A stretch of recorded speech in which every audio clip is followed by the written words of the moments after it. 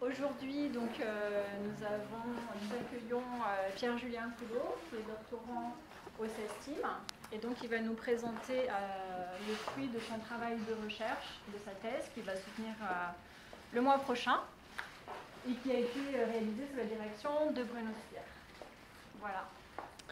Donc, bonjour à tous. Cet après-midi, on va parler des besoins et des comportements sexuels des hommes ayant des relations sexuelles avec des hommes, suivis dans une offre diversifiée de prévention du VIH en contexte communautaire. Donc, ces travaux de thèse ont été réalisés dans l'équipe Centercom du CESTIM.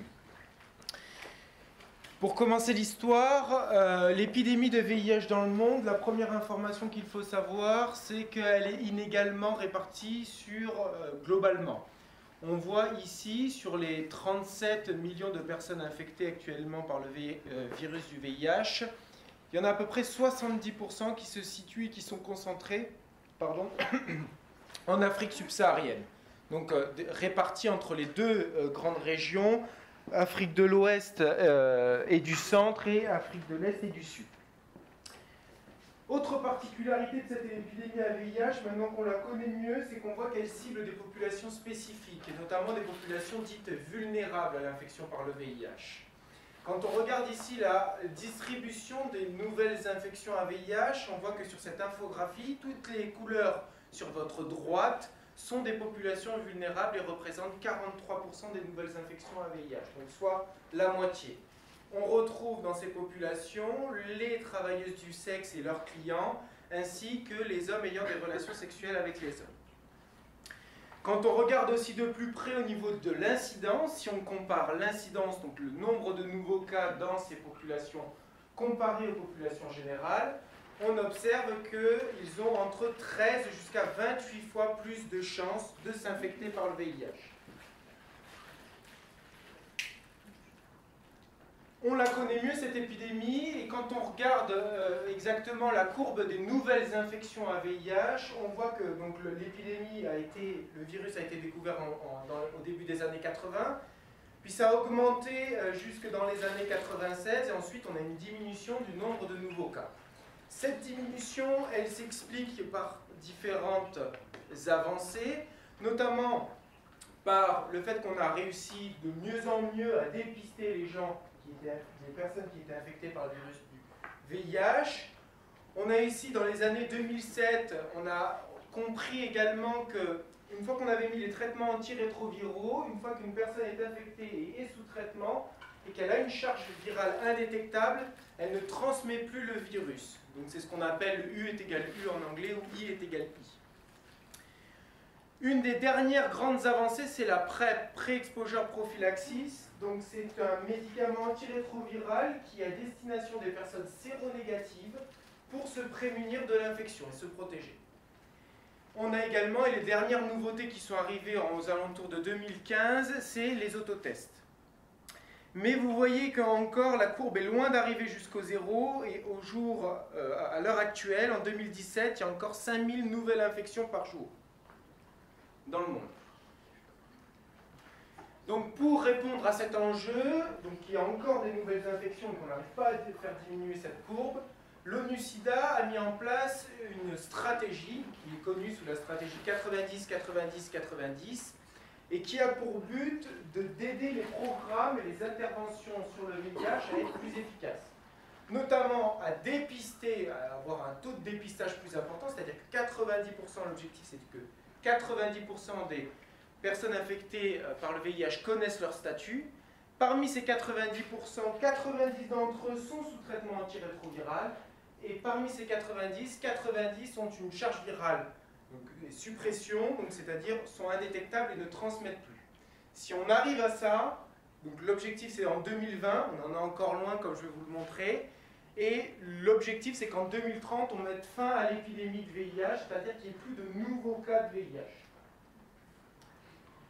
Le problème c'est qu'en Afrique de l'Ouest on en est loin. Quand vous voyez la cascade, si je reprends les mêmes chiffres qu'en haut, seulement une personne sur deux infectée par le VIH connaît son statut.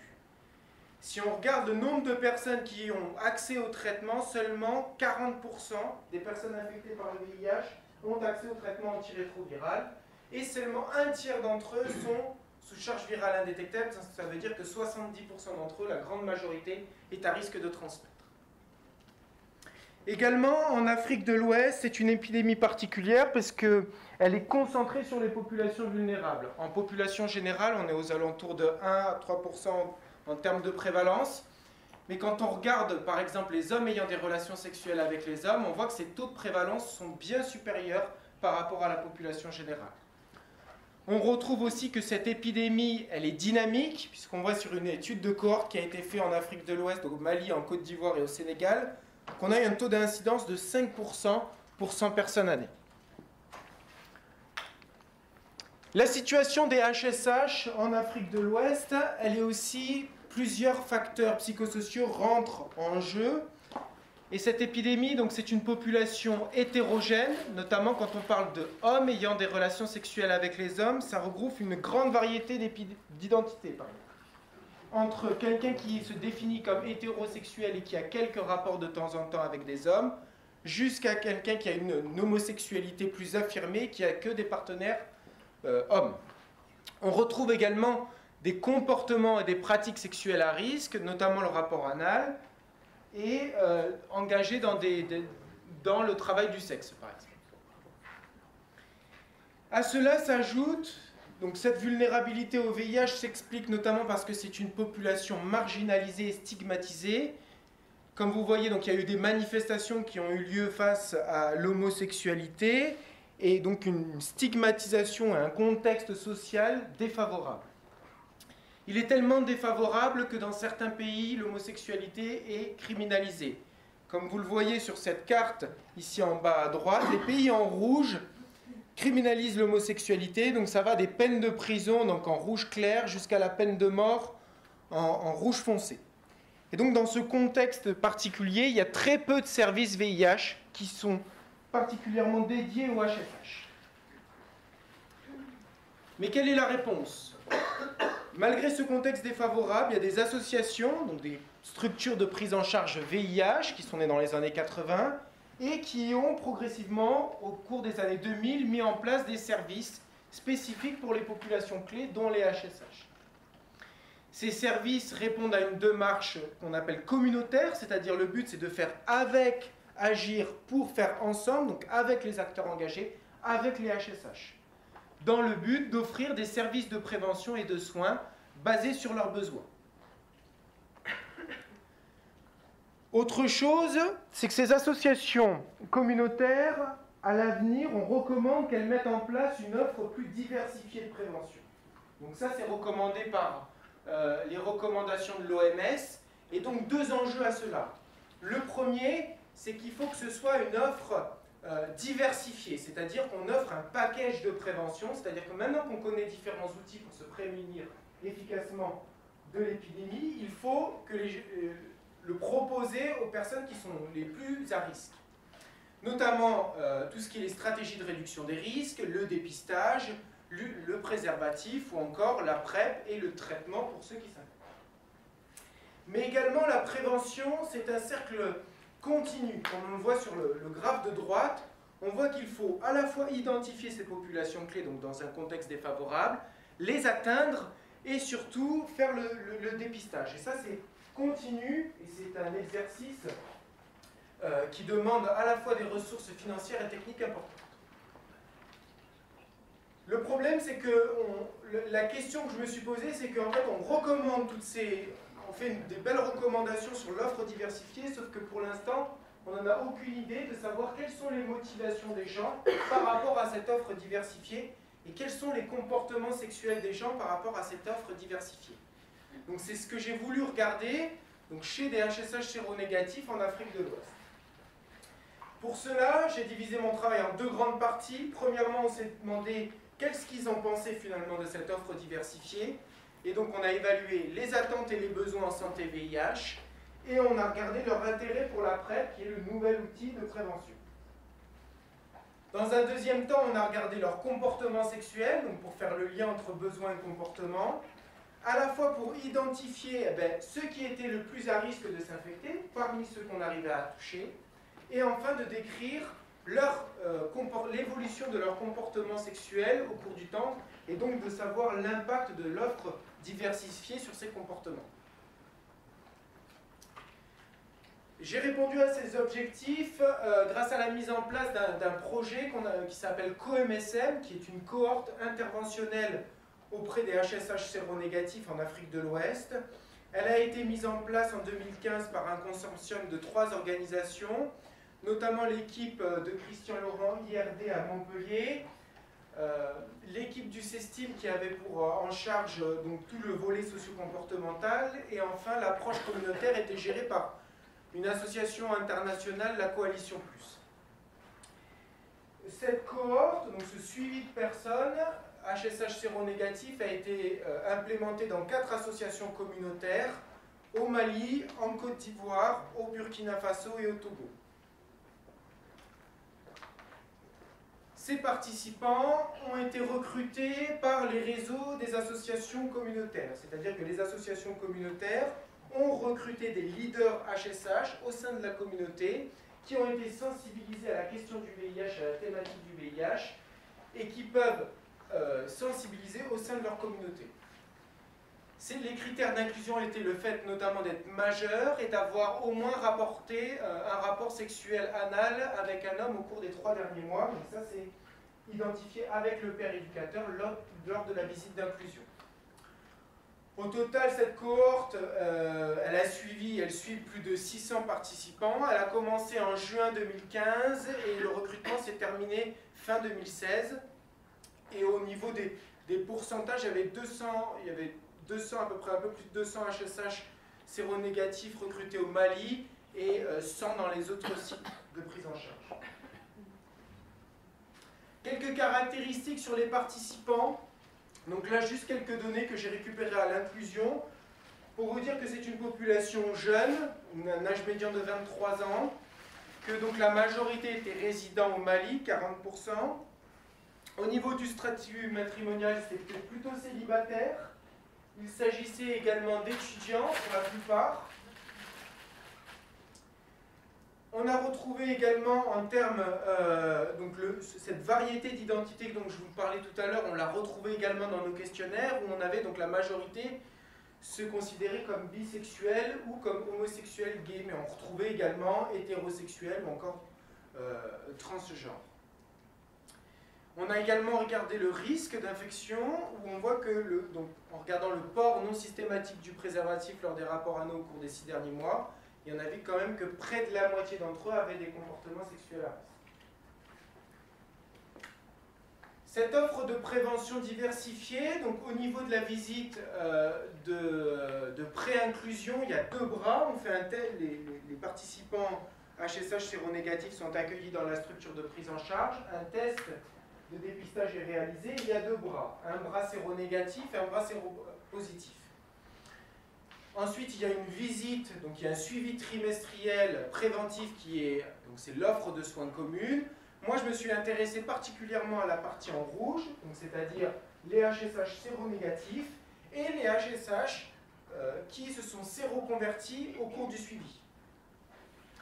L'offre de prévention, elle comprenait différents outils, notamment l'examen clinique, le dépistage du VIH avec, si infection, la proposition immédiate de mise sous traitement, la PEP, donc le traitement d'urgence, la vaccination contre l'hépatite B, les conseils individualisés par les pairs, le diagnostic et le traitement des infections sexuellement transmissibles et la délivrance de préservatifs et de gel lubrifiant.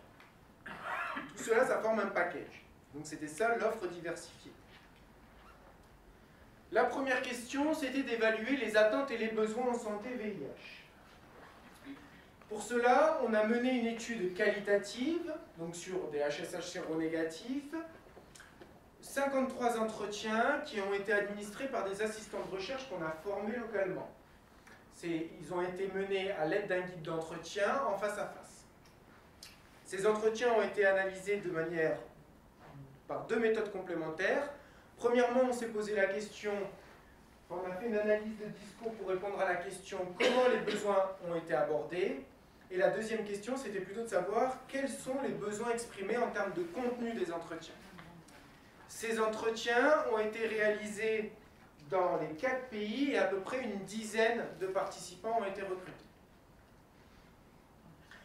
Quand on a fait l'analyse du discours, à la première lecture des entretiens, on a vu que les besoins qu'ils exprimaient en termes de prévention, ils étaient basés sur leur perception des services de l'association communautaire. Et donc ça nous a fait écho à cette notion d'empowerment, qui est un concept de psychologie sociale, et qui montre en fait que les personnes peuvent décider par elles-mêmes. Et donc c'est la petite citation que je vous ai donnée en bas, c'est-à-dire je suis acteur de ma propre santé. Et donc pour être acteur de sa propre santé, il y a tout un processus, un cheminement, qu'on appelle l'empowerment, et qui commence, par exemple, je vous ai donné quelques exemples, notamment à encourager la participation, à avoir une bonne estime de soi, à développer ses compétences, et à favoriser la conscience critique, c'est-à-dire d'être conscient de l'environnement dans lequel je suis, et de déterminer quels sont les besoins qui me sont nécessaires. Cette notion d'empowerment, elle nous a permis, quand on a relu pour une deuxième fois les entretiens, de créer des indicateurs d'empowerment. On a voulu mesurer cet empowerment. On a créé 5 indicateurs différents, notamment la motivation d'accès aux services, le fait de s'impliquer dans l'amélioration de ces services, est-ce qu'ils voulaient s'engager dans le développement de nouvelles activités, est-ce qu'ils voulaient faire ensemble avec leur communauté ou séparément, et on a regardé leur positionnement par rapport à la prise de décision de la structure. À partir de ces indicateurs, on a trouvé un premier profil de participants qu'on a caractérisé comme ayant une volonté faible d'empowerment, et ils représentaient 64%, et donc ils étaient plutôt dans une posture de bénéficiaire et ils avaient une faible volonté d'implication.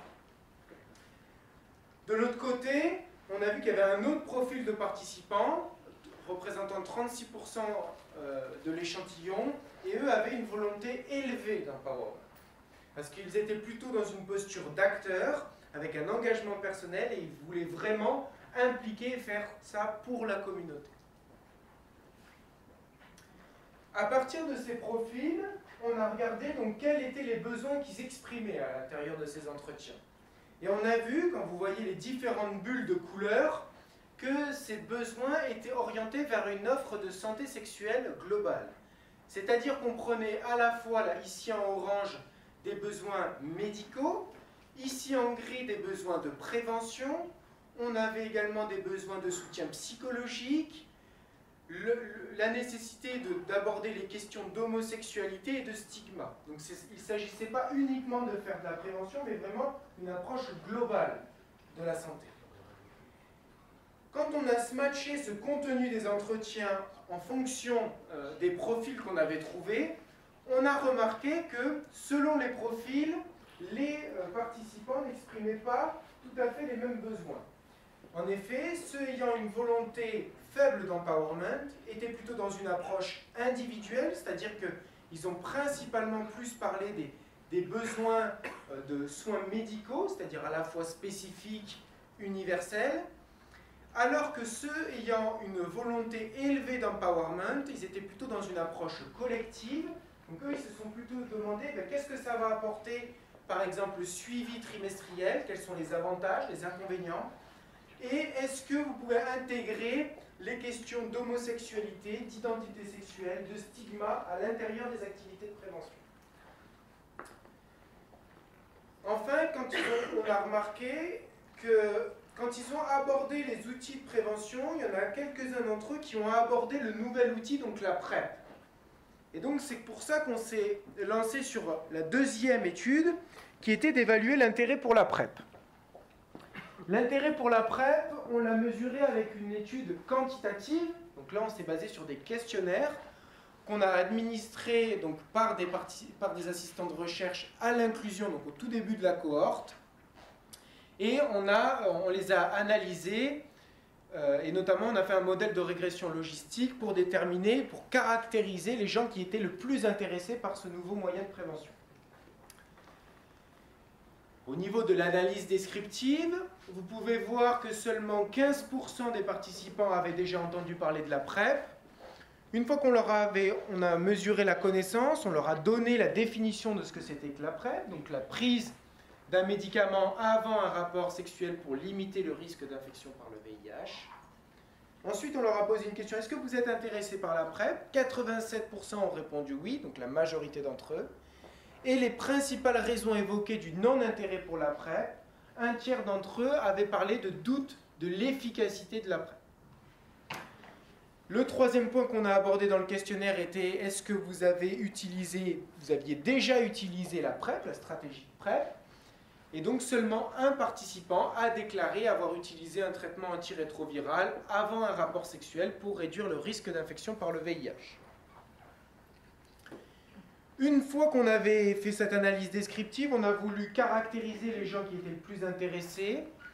Donc vous avez ici un ensemble de facteurs, mais pour résumer, ce qu'on voit, c'est que ce sont ceux qui sont le plus intéressés par la PrEP, ce sont les HSH ayant des comportements sexuels à risque élevé d'infection par le VIH.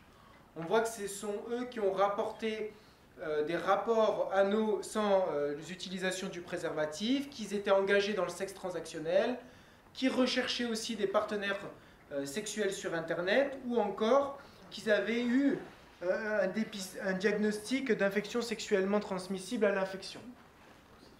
Donc en gros, un intérêt élevé pour la PrEP, et notamment ceux qui ont des comportements sexuels à risque. Après avoir vu le côté besoin, on s'est intéressé au comportement sexuel à risque des HSH séronégatifs. Pour cela, on a essayé d'identifier ceux qui étaient le plus à risque de s'infecter. Pour cela, on a fait une étude quantitative, on a réutilisé les questionnaires, donc on a pris les questionnaires à la fois à l'inclusion, mais également administrés 6 mois plus tard, 12 mois plus tard et 18 mois plus tard. Donc un ensemble de questionnaires qu'on a analysé par deux méthodes. Premièrement, on a créé des profils. On a voulu, pour savoir qui allait s'infecter, on a voulu caractériser les gens et on est parti de dire quelles sont finalement les pratiques sexuelles à risque. Et on en a déterminé 4, donc à partir de 4 pratiques sexuelles à risque, on a créé des profils. Le non-port du préservatif lors du rapport anal, lors du rapport oral, la position réceptive durant le rapport anal, parce qu'en position réceptive, il y a plus de risque d'infection qu'en position assertive, et le fait d'avoir plusieurs partenaires sexuels.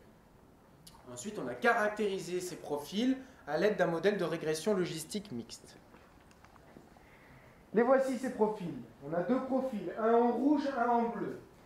En rouge ici, vous pouvez voir que la proportion de rapporter les pratiques sexuelles à risque que je vous ai montré est beaucoup plus élevée comparée au profil en bleu.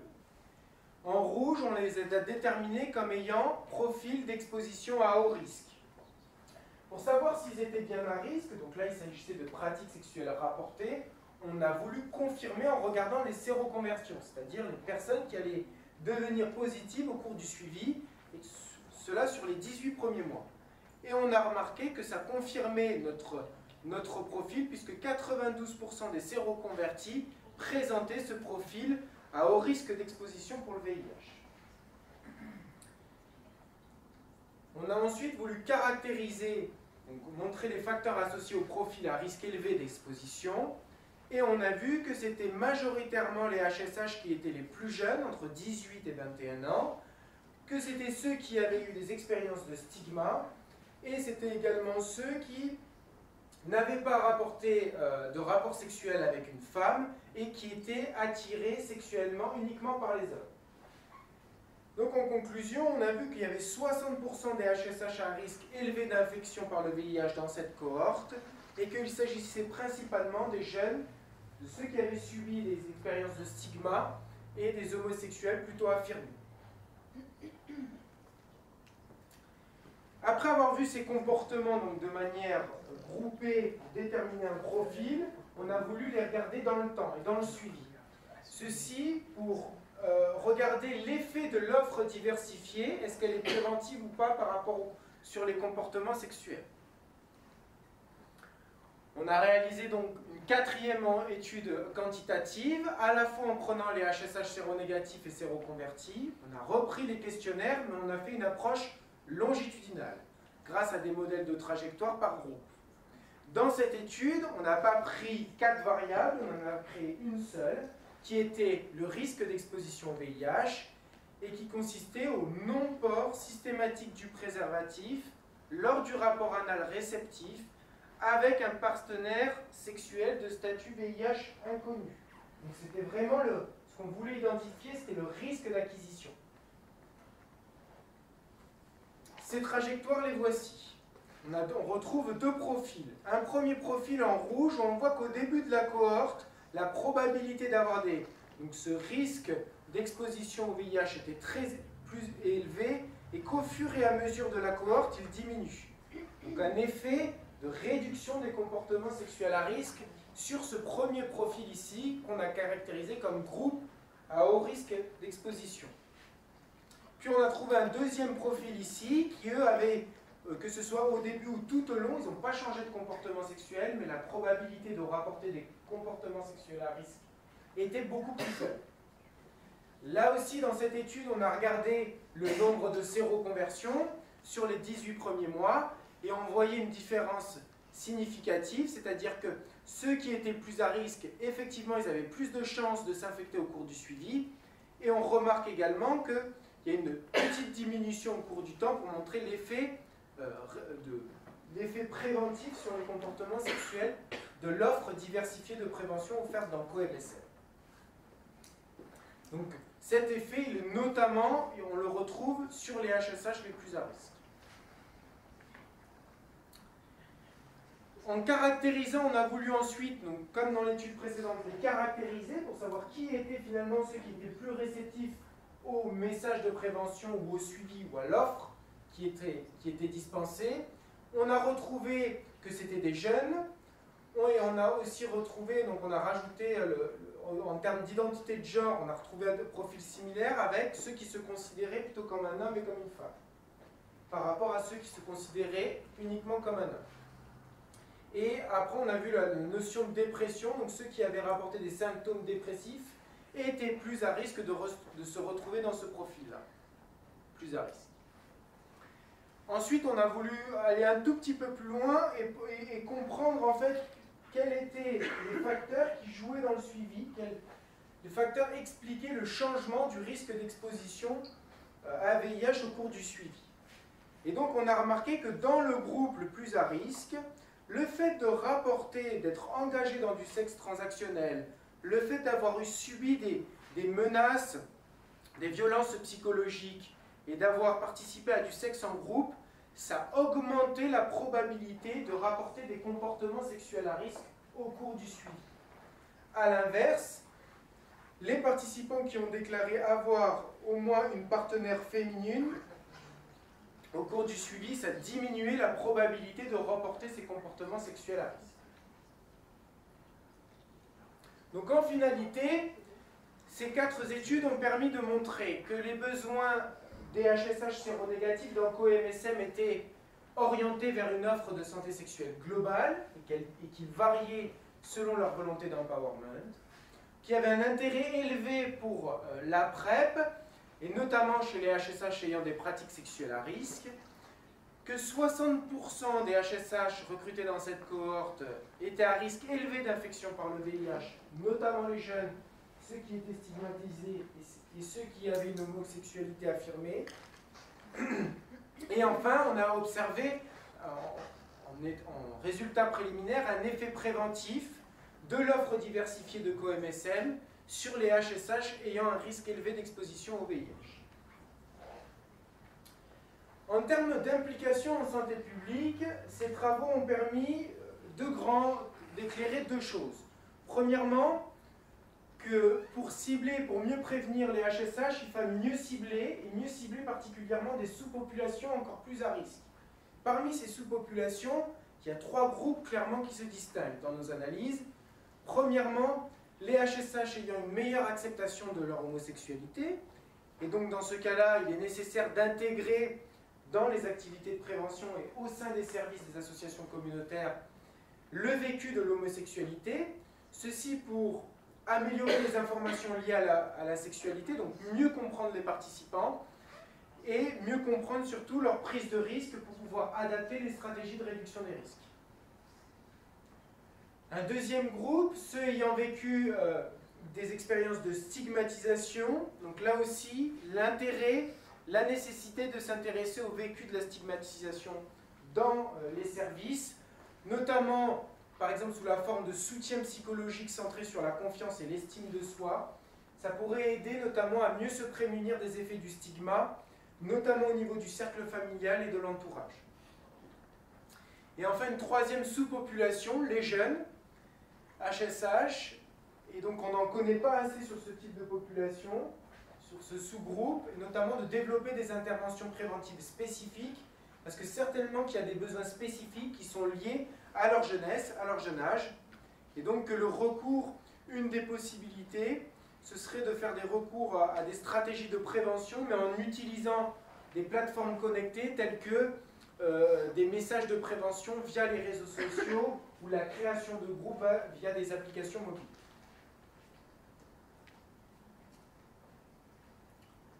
La deuxième implication que ce travail a montré, c'est la nécessité également, donc on le recommande cette offre de diversifier, mais on voit qu'elle est également demandée par les HSH.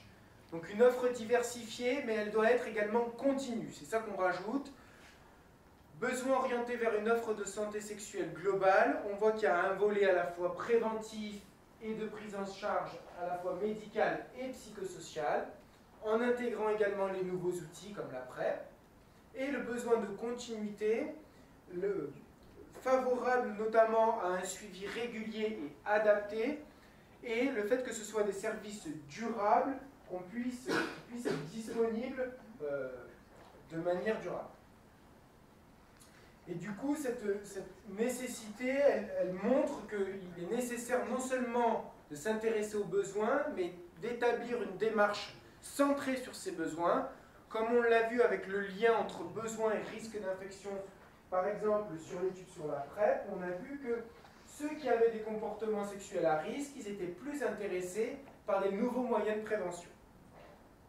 Donc on peut rappeler que je suis conscient des enjeux de prévention auxquels ma communauté et que moi personnellement je suis confronté. Donc il y a une certaine logique de réduction des risques dans les besoins exprimés par les HSH. En termes de perspective de ces travaux, 3 points. Évaluer l'offre diversifiée de prévention proposée dans le COMSM, c'est-à-dire comprendre en fait, parce que nous on a vu qu'il y avait un effet donc, sur la réduction des comportements sexuels à risque, mais on ne sait pas quels sont les déterminants, quels sont les services qui le favorisent, cette réduction. Notamment aussi de déterminer et de caractériser mieux l'apport du communautaire, peut-être en faisant une comparaison avec une autre structure de prise en charge, et de s'intéresser également aux coûts-efficacité. Donc ça, ce sont des analyses qui peuvent permettre notamment d'avoir des arguments vis-à-vis des décideurs politiques et des responsables des programmes nationaux dans les différents pays. La question aussi du niveau d'empowerment au cours du suivi, c'est-à-dire est-ce que finalement le suivi, le fait de suivre les gens, est-ce que les participants vont être plus engagés dans les services? Et si oui, s'ils sont engagés, quel type d'activité favorise cet engagement? Et enfin, tout un volet évidemment sur la PrEP. Actuellement, dans COMSM, la PrEP vient d'être introduite cette année par le projet COMSM PrEP. Donc on rajoute dans le package de l'offre la PrEP. Donc à savoir, il faudrait se poser la question dans sa mise en œuvre de l'acceptabilité, de qui sont les participants qui l'utilisent vraiment, quelles sont les conséquences du coup sur leur gestion des différentes stratégies de réduction des risques qu'ils utilisent, et notamment quels sont les facteurs facilitateurs et les barrières à l'utilisation à ce nouveau moyen de prévention. Voilà, j'en ai terminé. Je voulais juste remercier particulièrement les participants de COMSM et les pairs éducateurs HSH qui sont impliqués dans ce projet, les différentes équipes de COMSM à la fois à Marseille, à Montpellier et à Paris, ainsi que les les différentes structures de prise en charge en Afrique de l'Ouest, et également mes financeurs, la NRS et SIDAction. Voilà.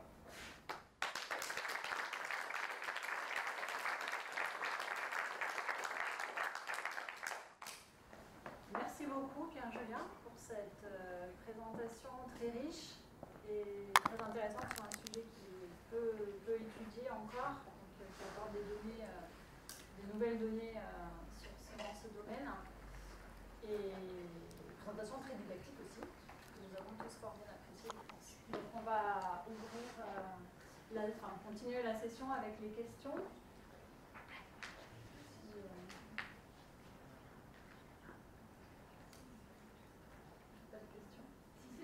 Ah, Christelle, je t'avais dit. Je voulais juste me demander si tu pouvais donner plus de précisions sur le choix des pays et s'il y avait des spécificités dans tes conclusions selon les pays. Alors des spécificités selon les pays en termes de enfin, je peux te présenter les différents pays, je vais revenir ici, ce sera plus facile. La spécificité, en fait, on voit qu'il y a très peu de structures, les HSH sont très peu reconnus dans les programmes de prévention, particulièrement au Mali et au Burkina Faso.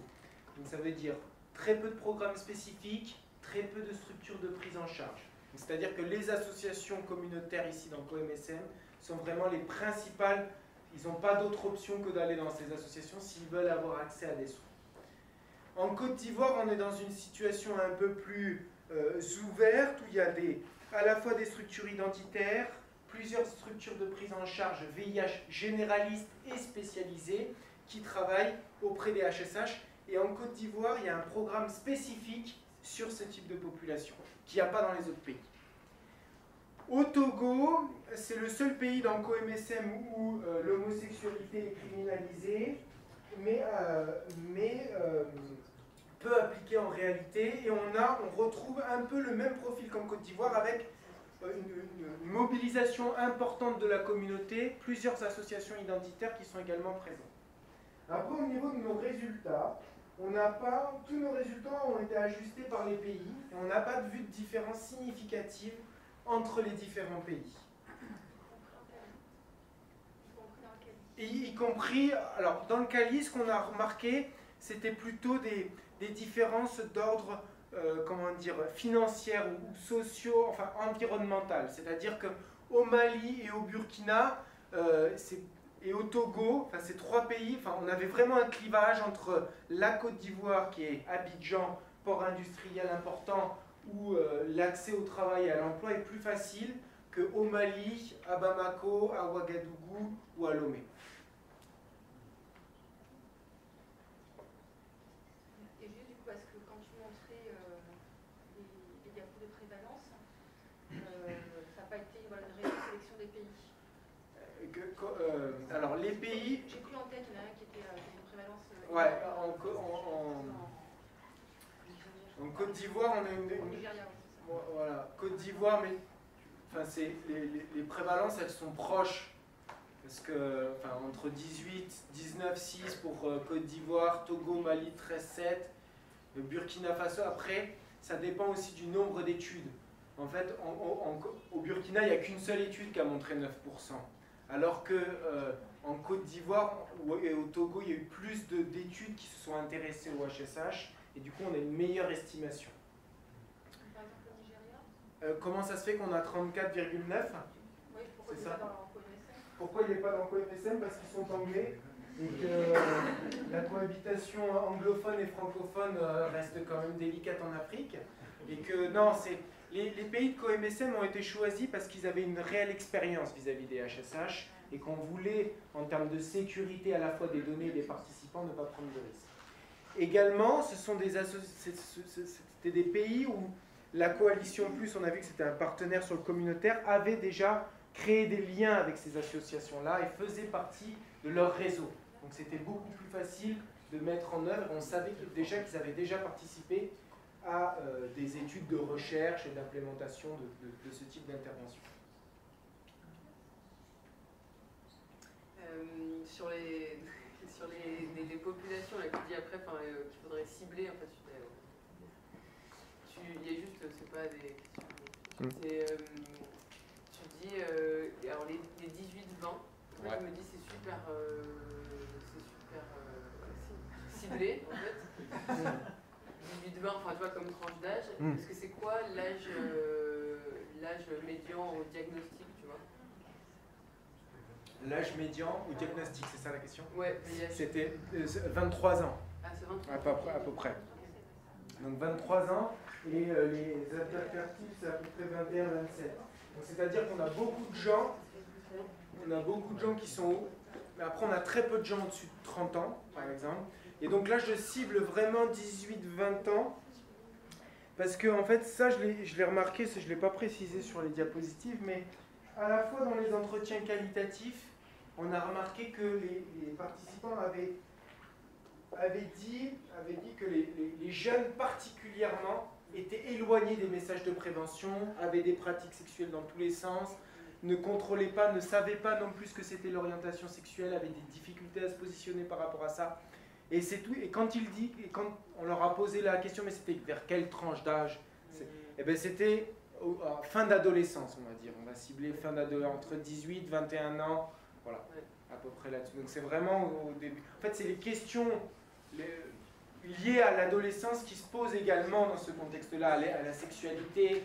Je pense que... Non, mais c'est comme ça. Est-ce que c'est tous ces jeunes, ils habitent encore chez des parents? Enfin, tu vois, est-ce qu'il y a est-ce que ça joue? Enfin, tu vois, est-ce qu'il y a un truc aussi, tu sors du milieu familial? Est-ce que c'est plus facile dans ces contextes-là d'avoir une sexualité que, tu vois, enfin, la sexualité, ouais. Est-ce que ça peut être un élément à prendre en compte aussi? Tu vois, je me dis peut-être la sortie du milieu familial.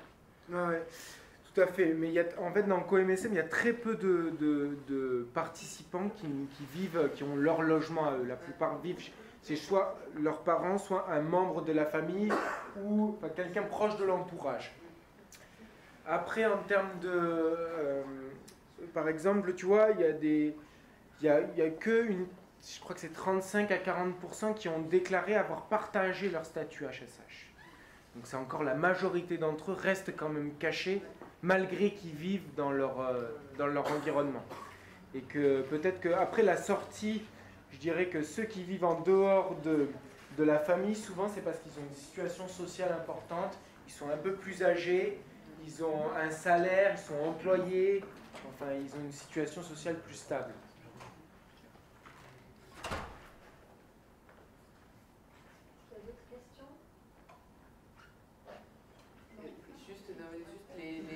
Les deux populations, avoir une meilleure acceptation de la sexualité et avoir vécu des expériences de stigmatisation, ça se regroupe? Ça se recoupe. Enfin, tu vois, en fait, tu as beaucoup plus de chances d'être stigmatisé si tu es plus visible. Oui, il y a ce point-là, mais je pense qu'il y a aussi, des facteurs de dire.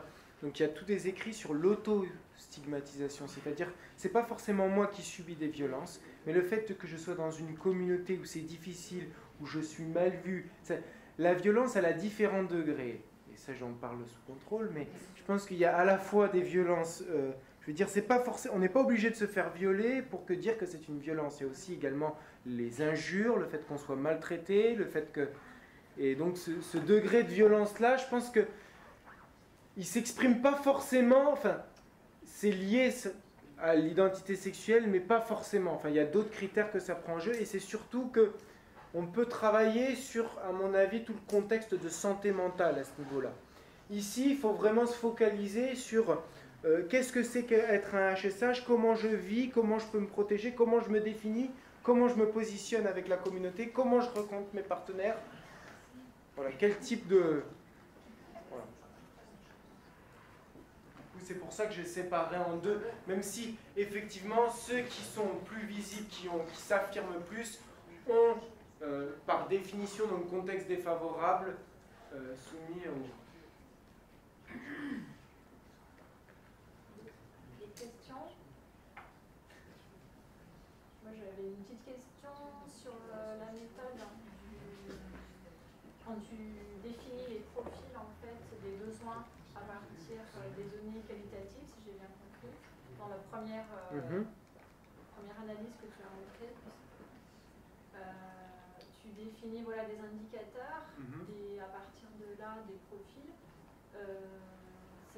C'est des méthodes uniquement qualitatives qui t'ont permis de faire ces profils ou tu as mobilisé aussi du quantitatif Pour réaliser ces profils-là, non, c'est uniquement du qualitatif. Pardon. Et en fait, ce qu'on a fait, c'est qu'on a fait des analyses, ce qu'on appelle des analyses verticales et horizontales, pour pouvoir à la fois identifier, c'est-à-dire que pour identifier ces différents indicateurs, on a fait une première lecture verticale. Donc chaque entretien, on les lit en entier les uns après les autres. Et c'est comme ça qu'on identifie des pôles, et après j'ai identifié chaque indicateur. Et après j'ai fait une lecture horizontale, c'est-à-dire que j'ai repris ces indicateurs et j'ai regardé pour chaque entretien comment ils se positionnaient par rapport à ça. Et c'est comme ça que j'ai retrouvé les bulles de chaque côté qui caractérisent mes profils. Donc c'est que du qualitatif. Oui, comme tu parles d'indicateurs, du coup j'étais un peu... Ouais, c'est parce qu'en fait c'est des critères. En fait le problème c'est que l'empowerment on l'utilise beaucoup dans le domaine du VIH. En fait il y a très peu de mesures, de critères, d'indicateurs qui permettent de mesurer ce que c'est que l'empowerment. Sortir une échelle pour mesurer. Eh ben, ouais, ouais. Il y a une échelle qui, je ne sais pas si elle vient de sortir, mais il y a une échelle qui a été mise au point pour l'empowerment en général. Voilà, alors après... Mais c'est récent. Hein, c'est récent, oui. Oui, c'est récent parce que moi j'ai regardé. C'est pas que. En fait, après il faut voir si ça s'adapte ici parce Ouais. que c'est quelque chose de. Oui, tout à Parce que fait. d'échelle, il en existe plein, mais parfois ils ne s'adaptent pas. Donc, juste je l'ai vu passer. Mais je suis pas sûre que ce soit adapté à tout contexte. Oui, tout à fait. Parce que c'est toujours ça le problème. Mais après peut-être que moi peut-être que pour... Peut-être que tu pourrais la monter. Ouais, peut-être qu'il faut... Mais moi je partirais... Sans Mais tu savoir, vois, moi je parce que partirais tu d'essayer de partir de... Parce que moi je trouve que le concept là développé par Ninex c'était pas mal, de dire que c'est un processus et que la personne, enfin, tu vois, il y a eu des étapes dans sa vie qui ont permis d'avoir ce statut-là de volonté élevée d'empowerment. Et que ces indicateurs, par exemple la participation, l'estime de soi, les compétences et la conscience critique, ça on pourrait plus le mesurer, que ce serait plus mesurable, et à partir de ces indicateurs, de ces 4 blocs là, essayer de définir tu vois, des indicateurs. Ouais, voilà.